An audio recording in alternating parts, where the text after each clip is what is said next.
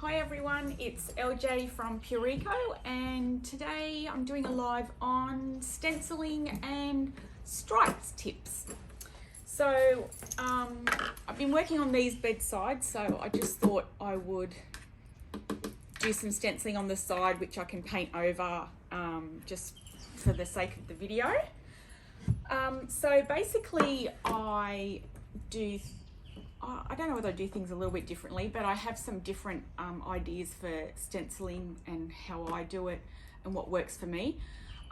So you can use basically your little sponge dabbers you can get from craft shops, or even your makeup sponges to stencil with, and then you also have like the small bristle stencil brushes as well. But I actually use my wax brush basically because I'm impatient, and so doing this like with a little brush is really, I'm like, oh. So I prefer to do it a slightly different way because I don't have any patience, and also I don't necessarily tape my stencil down, nor do I wash them either. I don't know if that's naughty. Please, anyone who makes stencils, I'm very sorry. I use a spray adhesive to stick my stencil down. I do, if I'm working sort of horizontally, up and down. Vertically. I will tape it, but I do use a spray adhesive. This one was like $15 from Hot Bargain or something like that, but you can get spray adhesive from Bunnings and other craft shops and that sort of thing. But I love scouring the $2 shops, that's what my mum calls them, the $2 shops for cheap crafty stuff. So basically all I do is I just spray really lightly. You don't want to do a heavy spray because then it's actually going to stick to your piece. You want it just to sort of, I don't know, like hover on there. So I just do a really light spray and I stick it down, and there you go. So your stencil is stuck on there with your adhesive spray, and I just press it down a little. But yeah, you don't want too much, otherwise your stencil will stick and take your paint off, which that's like another disaster that can happen. So then what I do is I've got blue paint under this. So there's two things that I do. I either do my first run over of the stencil with the blue paint that I've used, or I use our matte sealer, or any matte sealer really, but I use obviously Pureco's matte sealer. And what that does is, you know how with stencils you get that little bit of bleed through? So this, what that will do, that first coat in either the colour or the clear, will kind of fill up anything that kind of felt like it was going to bleed through.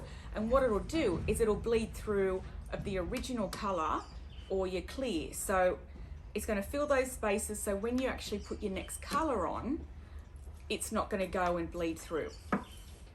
What's up, puppy? So I'll just use our matte sealer today.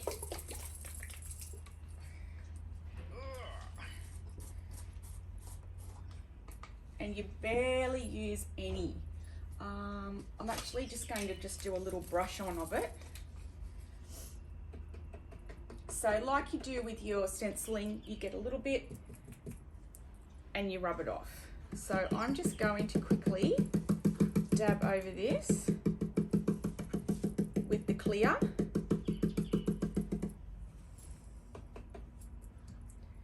So that fills in any of those gaps.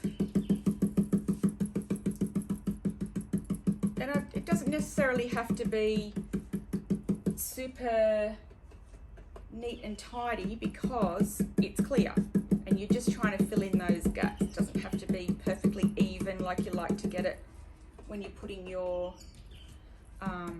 paint colour on.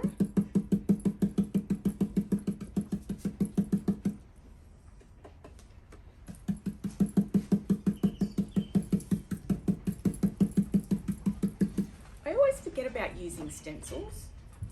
They're really cool.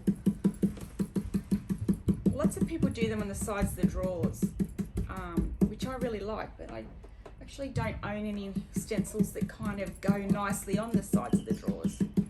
I'll have to look out for some, I think.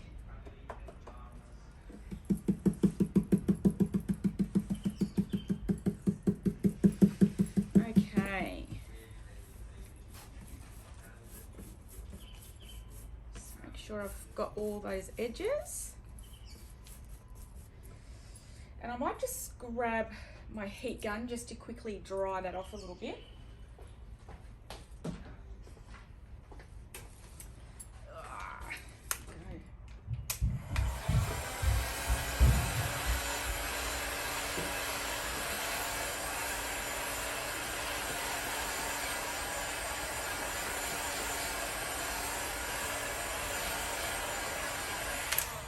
Okay, that should do. So I'll use our new Protea from our new colour range. Right. So I will just load up my brush. So that's how much I've got to start with. That's way too much. And I just dab as much as I can out so that you've barely even got a hint of colour there. And I do large swirls, so hopefully you can sort of see what I'm doing here. So you don't really want any paint hardly at all on there. And this is how I do my stenciling.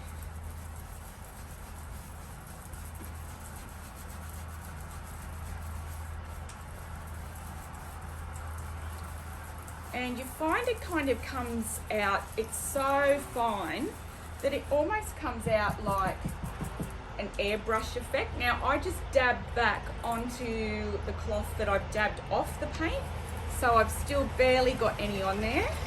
Sorry, we've got a truck outside. We've got these trucks that keep reversing down our road. It's crazy. And again, I'm just loading up from the cloth that I offloaded my paint.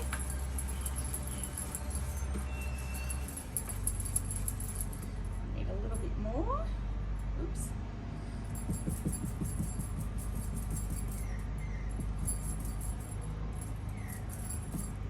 And again, just got like a hint of colour on there.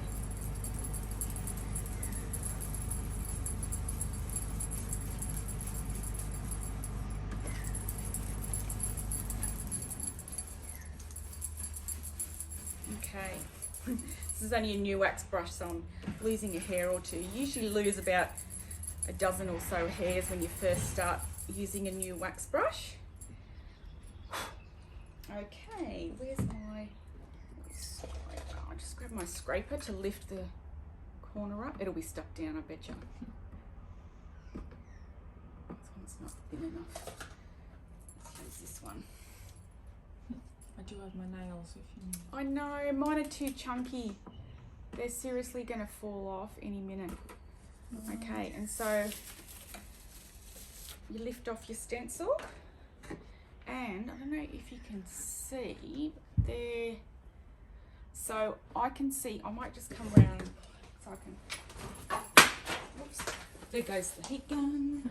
So you'll be able to see, hopefully, there is a few little dark spots on the letters, and that's where, if I hadn't done the clear, that's where the pink paint would have gone through and bled through and sort of doesn't give you that beautiful definition of your stencil.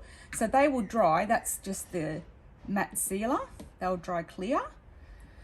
So that's my little tip for stenciling. So hopefully that's given you some, and this is dry already, like you could seal over that straight away. That's the great thing about stencils, because you use such little amount of paint. So I'll show you using the same concept. painting stripes. So if you're going to do stripes on a piece, okay, so we'll use this end as a guide here.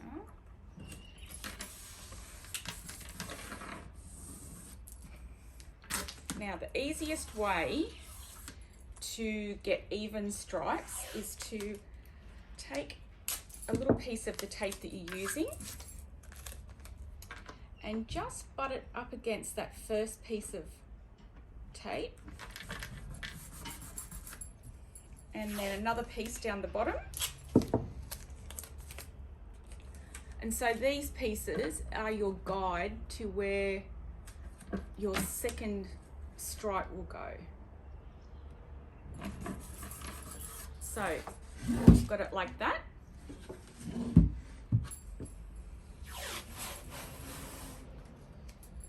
I love that sound. Okay, and then all you're doing here is butting those up against your guide tape, and then you take that off, and then you're doing the same again.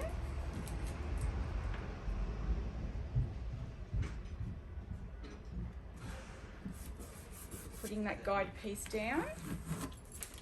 Is that a delivery?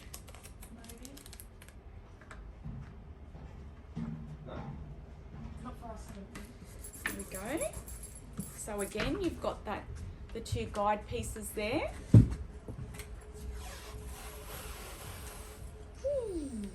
It sounds a bit like a Star Wars like hovercraft thing. And then again, you've got your tape. Okay. You can take those ones off. So there, that's how you can get your beautiful, evenly spaced stripes. Whoop.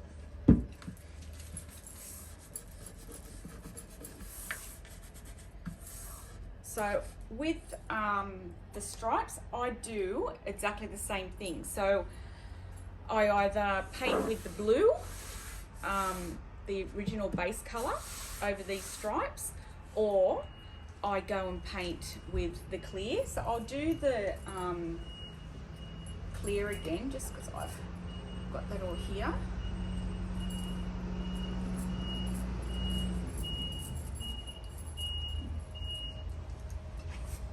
That's definitely someone here. Is it? Oh no. Going up further. I think it's Tony further down the end. All right. It's all right, babies. Okay, so you're doing like the whole thing in clear, just to fill in those spaces and any bleed that you might have for your stripes.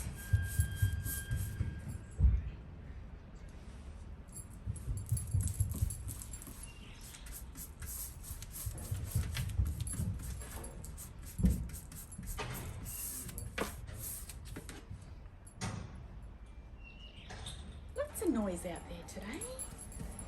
Busy.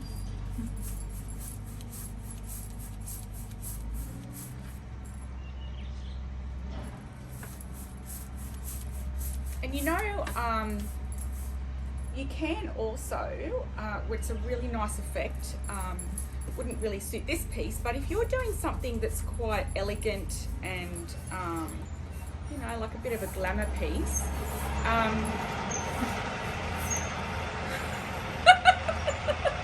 now what have we got?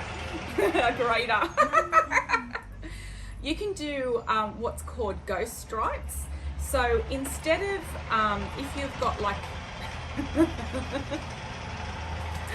if your piece has a matte finish, you can do some stripes and actually, instead of doing a color or anything like that, just do like a satin or a gloss sealer. So then you're getting what they call ghost stripes. So it's very super subtle and super elegant. It's really lovely. Wouldn't really suit this piece, but something that's, you know, got some nice, beautiful curvy legs and that sort of thing, dressing tables, like pretty pieces. So I'll let that dry and I'll just grab,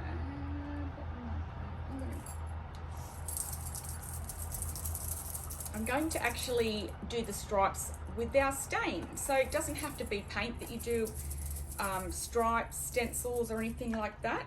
So this is, well, it's only a sample, but this is our denim stain. So it's exactly the same tint colors that has in our denim chalk and silk finish.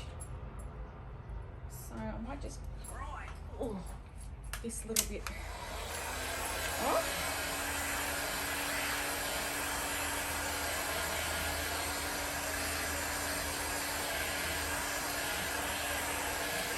This poor bedside's had about 6 coats of paint, all sorts.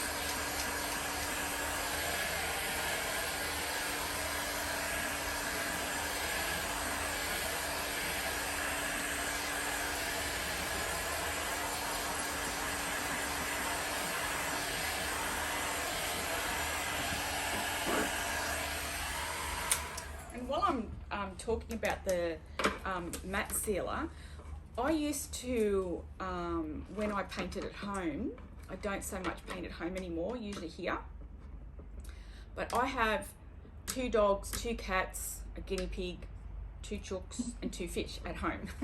So you can guarantee that one or more of those pets are going to climb onto my furniture, all that sort of stuff. So what I used to do, because I mainly use chalk paint, and I still would like to wax my piece to seal it, I used to pop a coat of the matte sealer on top of my piece, so that if the cats and whatever did you know, walk on it, get footprints and that sort of thing, I could just wipe it off, and then you can still wax over the matte sealer. It's got enough I guess texture, like non-sheen in the matte sealer that you can still wax over.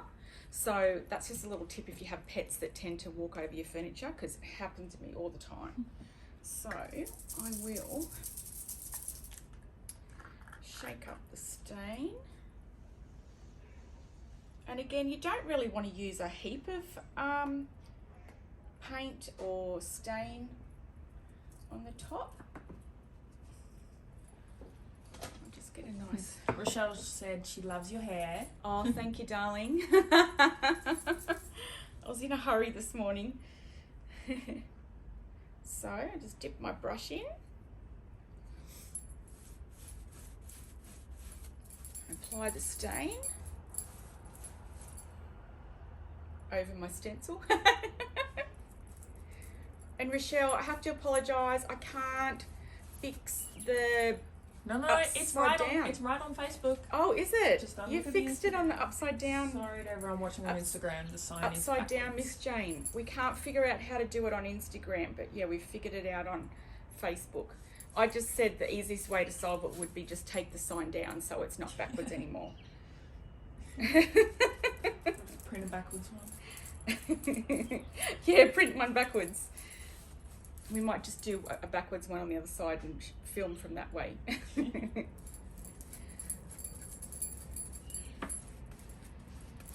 Okay, so I've applied my stain, and where did my damp cloth go?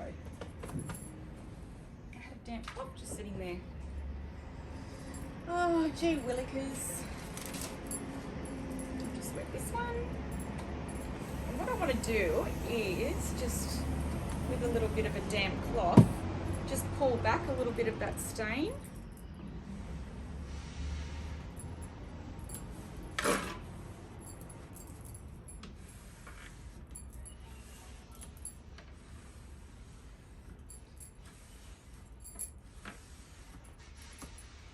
The light's shining on it now.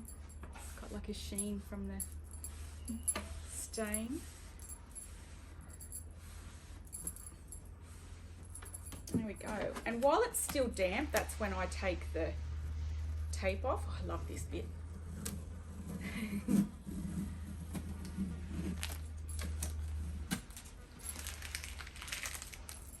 It's really sticky, this tape.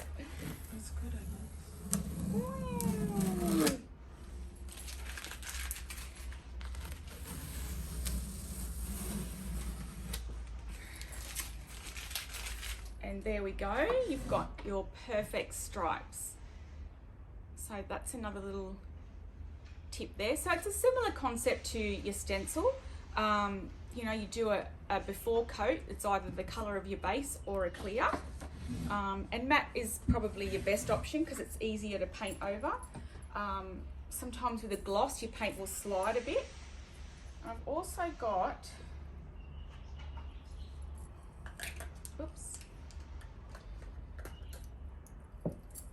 a couple of people asked me how I decoupaged the knob on the drawer here. So I thought I would do a little demo today and show you how I did that. Let's put that brush in the water before I kill the brush. Okay, so I'll move this out the way a bit. So basically, I'll come up, I might come round actually because it'll be a bit easier. So basically, I'll sit up on the table. Geez, I sound old. Every time I move, I'm like, ooh. So that's kind of how I leave it to dry. So I got a square about that size. Am I not looking at the wrong camera, am I? We got so many cameras. Got side eye. And so I put it over the top, wrap a hairband around it. That seems to be the easiest thing. And then I twist the bottom pieces to sort of tighten it around these edges here. So I'll show you how I do that and then how I finished it off.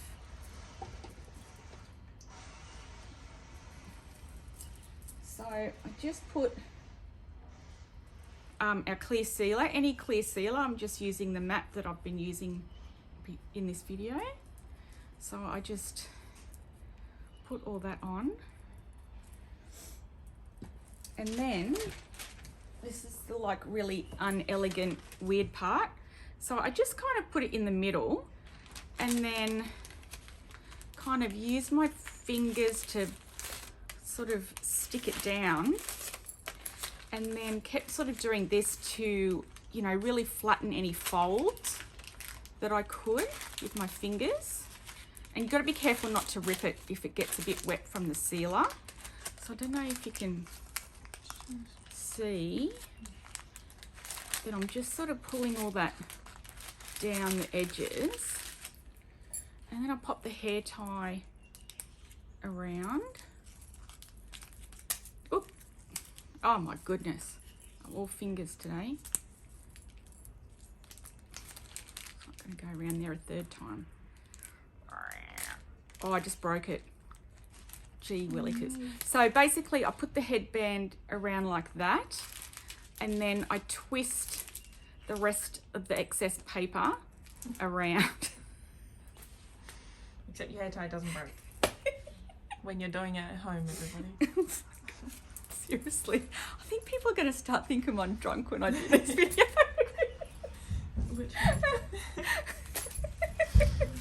So this is what I prepared earlier. Oh my god, it's hilarious.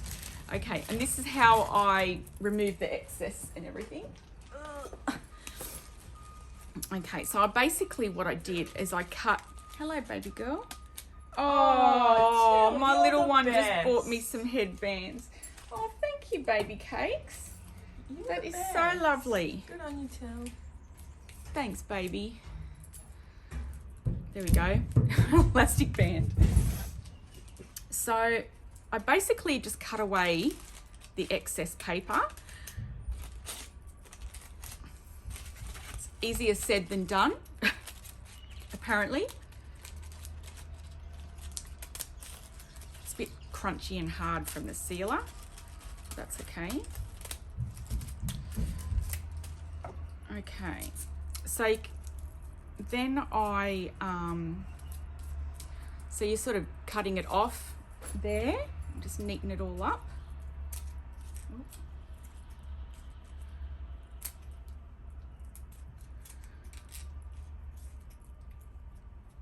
And then, this one might not be quite dry enough, but what I did is, oh my God, look at my nails. I seriously, they're so long.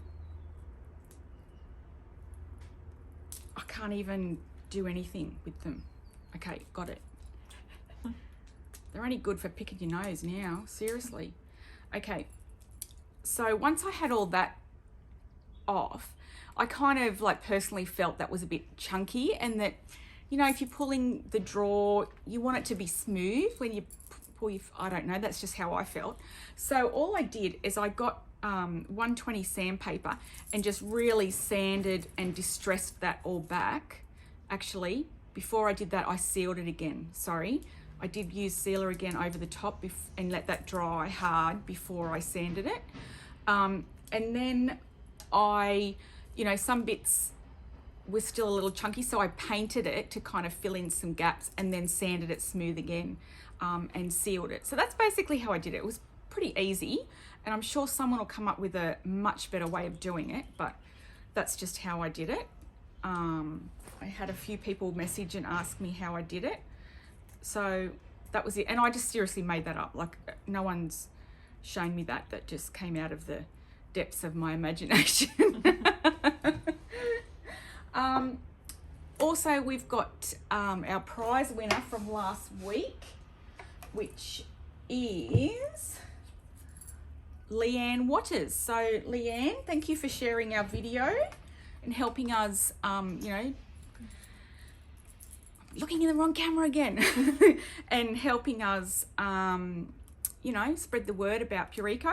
So you get sent to you, I'll message you and get your address, and we'll send you out 2 600s of Protea and, no, a 600 of Protea and a 600 of Fern.